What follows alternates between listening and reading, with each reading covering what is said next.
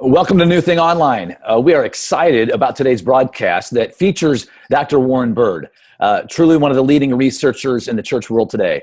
Better than that, though, Warren is a longtime friend of ours here at Community and at NewThing. And over the past 15 years, he's included us in a number of the 28 books he has authored or co-authored. We're still waiting for the residuals on that, but we'll talk about that later. Warren is not only a tremendous person who genuinely loves the church and church leaders. He has served as a pastor and a seminary professor and is currently serving as the director of research at Leadership Network, one of our favorite organizations that specializes in equipping church innovators. Leadership Network recently fielded a survey of churches with major emphasis on internship and residency. That's what we're here to talk about today. It was designed by Warren, and it is the largest study to date of church-based internships and residencies.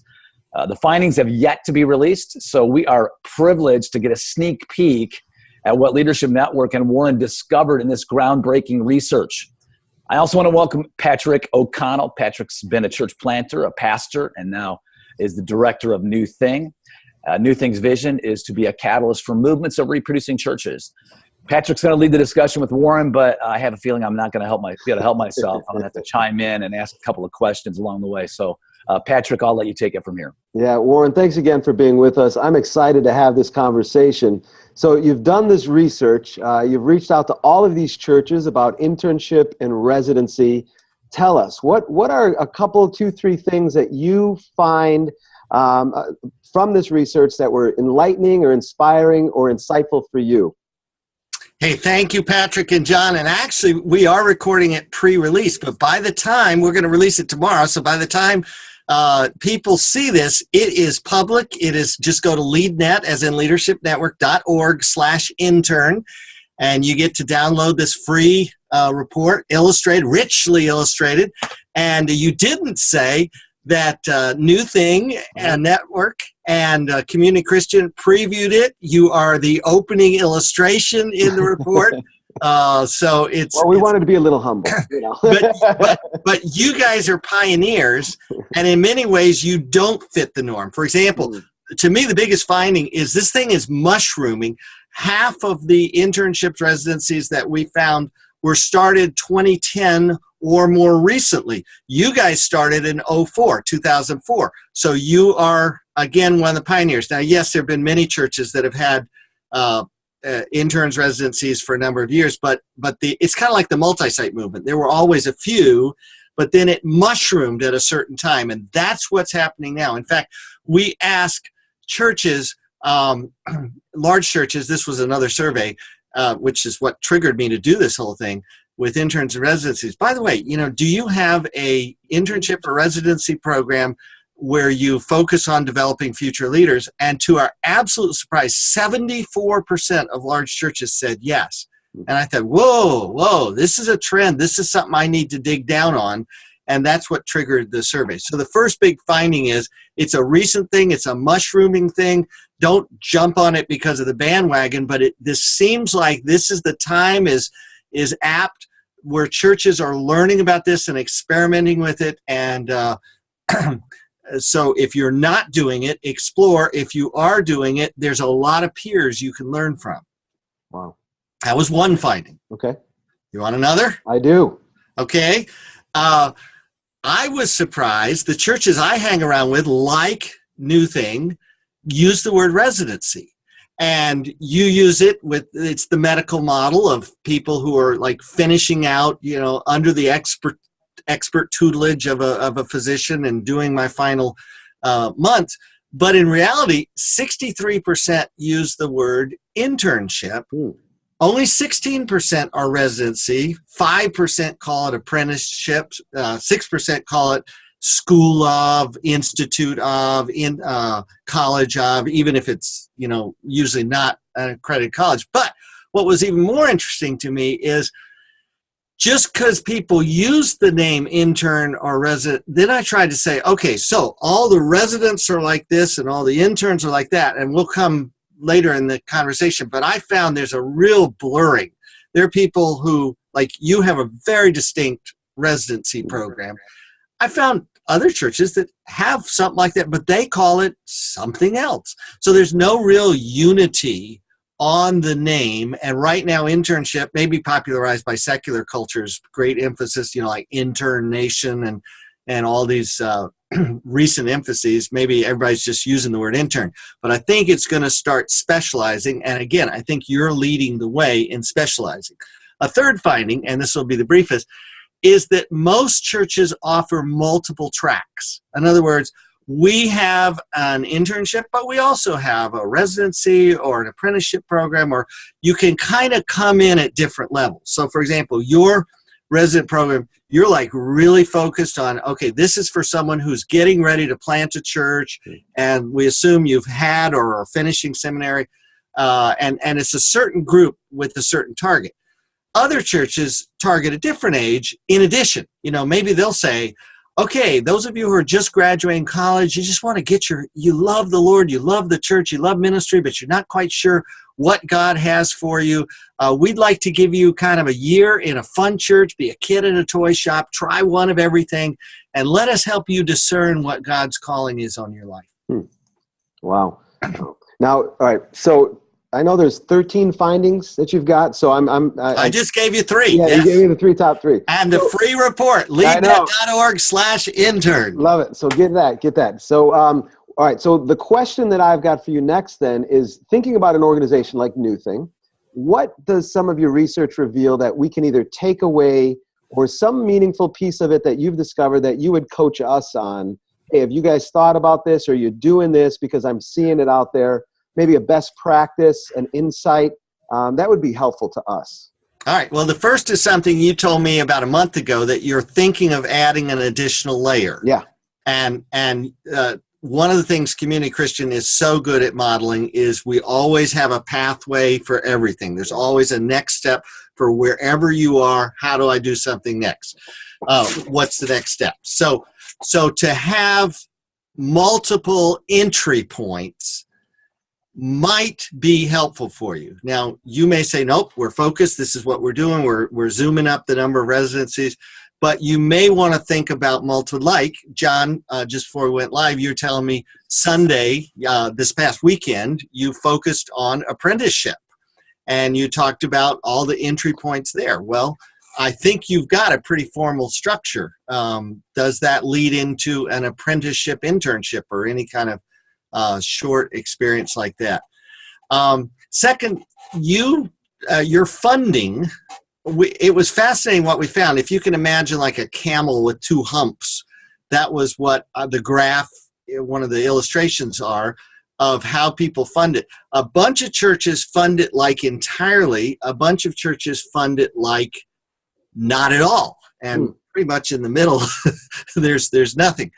So your dream of funding a lot of residents, I think you pretty much have them funded all, correct?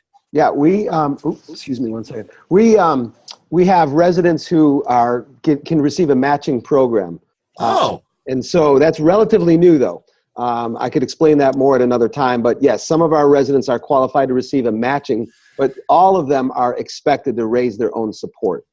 Okay, so then you do have both humps of the camel, yeah. And that you're, we expect people to raise their own, but if you can't, we have that in our budget. Yep, we're trying, yep.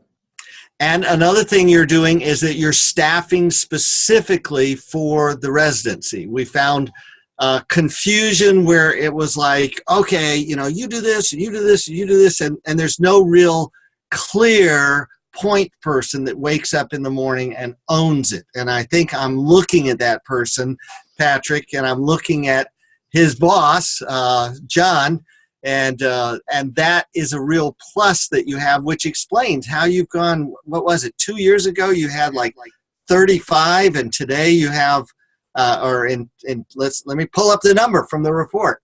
You had up in 2013 you had 35 residents. And in 2015, you had 228. Yeah. Wow. Yeah. We've really put an effort into not only residency, but also with our global partners, kind of figuring out how we can work together to catalyze more residency across the board. And we've had a number of global partners step up and ask, hey, how can we do residency as well? So it's been good for us in that regard. Awesome. Yeah. Awesome. Yeah. We did throughout the survey kind of contrast. Okay, here were the findings. Here's what people said when you kind of like do frequencies, averages. But then we drilled down a little bit and said, okay, now of those who call their program a residency, how are they distinct? And in a lot of ways they weren't, but in a few ways they were, in that the residency tends to go a little bit longer, and it tends to presume a little higher educational requirement. It tends to presume a specific focus. I'm doing this because God has called me to plant a church, and I'm learning the final ropes on that. So I think you have kind of the top of the peak of the whole internship, residency, apprenticeship pyramid. Great. Warren, if I could chime in here for just a minute, you gave some great takeaways, I think, there for community and NewThing. But let's back up just a little bit. And for those that are out there that are just beginning of thinking of initiating a residency program, or maybe early on in the process, what are some action steps that they would want to take, maybe to avoid some of the pitfalls or challenges that some churches are experiencing later on? Yeah. Now, one thing in the report, I actually interviewed Patrick about pitfalls that NewThing has experienced and learned over the years, and there's a link to that, and you may just want to watch that video. But until you do, one of the things that surprised me the most in the report, and I made it the number one finding, which was not the 3 that I gave you earlier, and that is leadership development is the number one reason why you launch whatever you call the program. And that your measure of success has to do with the personal maturity in the life of the intern. So, John, to your point, okay, we're thinking of doing an internship residency program. Why? Well, if your motive is, oh, we want to get cheap labor, well, that was on the list, but that was like at the bottom of the list. And, we want to build our brand as a church. Well, that was way low too. Although the vast majority do become, of graduates, those who complete an internship, do become the staff at some church or a missionary or some kind of full-time vocation. But it's not about the church. It's about the kingdom. And it's about a motive that says we want to develop people and we want to mature them and we want to equip them to be all they can in Christ. And so the first step for any church is that your value? If not, is that a value that your church needs to own? Because if they don't have that kind of kingdom mindedness, leadership development is so central to what Jesus did. Jesus spent 3/4 of his ministry time not doing personal ministry, but developing his leaders. And if that's not your mentality, your internship program is going to be very limited in what it does. Yeah, you took a page from our talk yesterday at Community. So right on. You're definitely preaching to the choir. Tell me then, Warren, after you've conducted this research with Leadership Network, does residency work? Is it helping us plant more churches? Is it advancing the cause? NewThing's vision is to be a catalyst for movements of reproducing churches. Is residency contributing to that? Absolutely, yes. And it's not just contributing to pouring out church planners. When I first planted a church, it was like, oh, God's called you. God bless you. We'll say a prayer. Maybe we'll take a one-time offering. And, if you're ever back in our area again, let us know how it went. You're truly on your own. Now there's the Exponential Conference, which Community Christian's very involved with. There's so many support networks, which means that the result is the kind of people who plant churches are going out better equipped, and their ministries, therefore, are more fruitful, both in terms of the durability of the church planter and in terms of heaven being populated, to use a Community Christian word, people finding their way back to God. So residencies, according to the survey, absolutely are demonstrating that we are getting those workers ready and we are supporting them onwardly. And I just would hope that people would read the report, free at leadnet.org/intern, and say, we need to make some kind of commitment that we're going to train up and send out and in some way support, whatever that means. It may not be financial, but mentoring, emotional, sharing resources, whatever it means. You guys are pioneering, which is why I put you in the opening story. Thanks.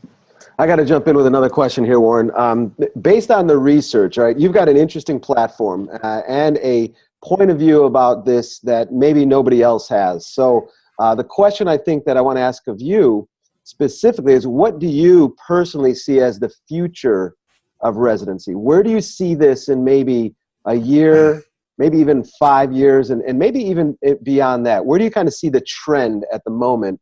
And if you had to kind of guess, fill us in on what your own thoughts are. These are guesses, but it's based on what 328 churches told us. Plus, for the last year, I've been asking you and many others, hey, if we ever did a survey on internships, what would you want to know? Who are the pioneers out there and what are they learning? I would say, first and foremost, this thing is going to grow. You're going to hear a lot more buzz about how do you do it, who are the leaders, who's doing it well, what's working, who are some people we can watch. When we ask models in there, that was kind of like a fill-in. It was like, who are you learning from? It was just like a long list. And yes, Community Christian, NewThing were on that list. But there are just a whole lot. And we put it in the report, free at leadnet.org/intern. So people can, just Google any of those churches and say, okay, 12 Stone Church, let's learn about your internship program. And that's another thing.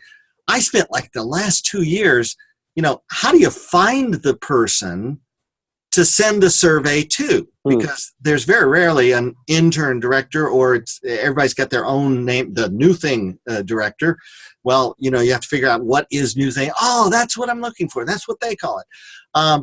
But what that meant is, on all these churches, they have a port on their website that says, hey, if you want to do our whatever program, here's how it works, here's what we try to do, here's how to apply, here are the time frames. So you can learn a lot just surfing the internet from these different churches. So number one, the amount of people and interest and buzz is going to increase.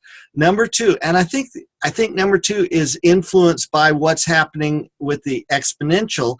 And it's like, let's talk about multiplication, not just addition. And this whole mentality of, yes, we're training someone up to send them out somewhere else, and they're going to do likewise wherever they land, and the people that they raise up are going to do likewise wherever they land.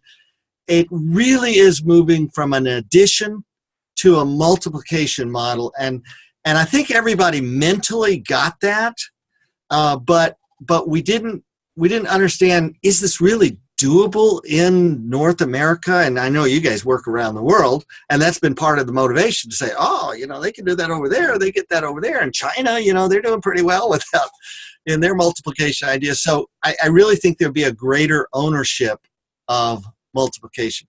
I think finally,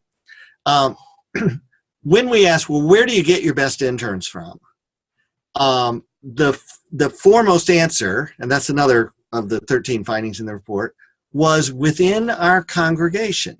Now, if the average church only has 1 or 2 interns a year, that's pretty sustainable. But I think people are going to start scaling up. You're going to say, well, certainly in this congregation, there are more than 1 or 2 people who are exploring what potential ministry might be for them beyond the walls of this church. And again, with these multiple entry points that many churches are creating, I think it can just become a feeder system that it's like streams that flow into a river. Eventually the river gets pretty big if you have enough streams that are flowing into it. Very good. Very good. All right. I can't help but ask one more question, if you got a couple more minutes with us. Absolutely. So we've got some really great leaders that are watching this, and they're interested in kingdom and church planting. What is the thing that they need to pay attention to in this report? What is the one thing that you would say, if you're a leader of a church right now, if you're you want to plant churches, you want to start your own residency program. What do they need to pay attention to most in this report? Or what could help them as they kind of peruse the report? How intentional are you about this, and how much do you have someone who wakes up in the morning that's what they're thinking about? Oh, the interns, or whatever you call them, could be part of this. Oh, we're doing this. Now, you have to be very, very careful not to devalue the people of God. Ephesians 4:11 and 12, the work of the pastor is to equip the saints to do the work of the ministry. And it's a great temptation to say, oh, we got all these interns, they'll be the ministers and everybody else can just cheer for them and support them. No. If your interns, residents, whatever you call them, are not reproducing themselves through the people of the church, then it's a extremely limited focus. In fact, it's just shifting back to your us four and no more, the clergy does the work mentality, and you don't want that. So that's where it could backfire. But it could multiply if there's someone who says, I'm the one who's been appointed that needs to be, that's my first thought each day as I come into ministry. How do we grow, increase, integrate, recruit, better support what we're trying to do with interns and residents? That's great. Great stuff, Warren. And you guys have that. And people can read about it in leadnet.org/intern. Where could they read about it? Warren, thanks so much for joining us for a little while just to share from your groundbreaking research. Honestly, you're a gift to the kingdom and a great friend of NewThing and church planters and church leaders all over the world, and we so appreciate it. If you could tell us one more time where they can find that research, Warren. I forgot to got that. Yes, actually, they're not listening to us right now. They've all downloaded at LeadNet, as in leadershipnetwork.org/intern. CERN.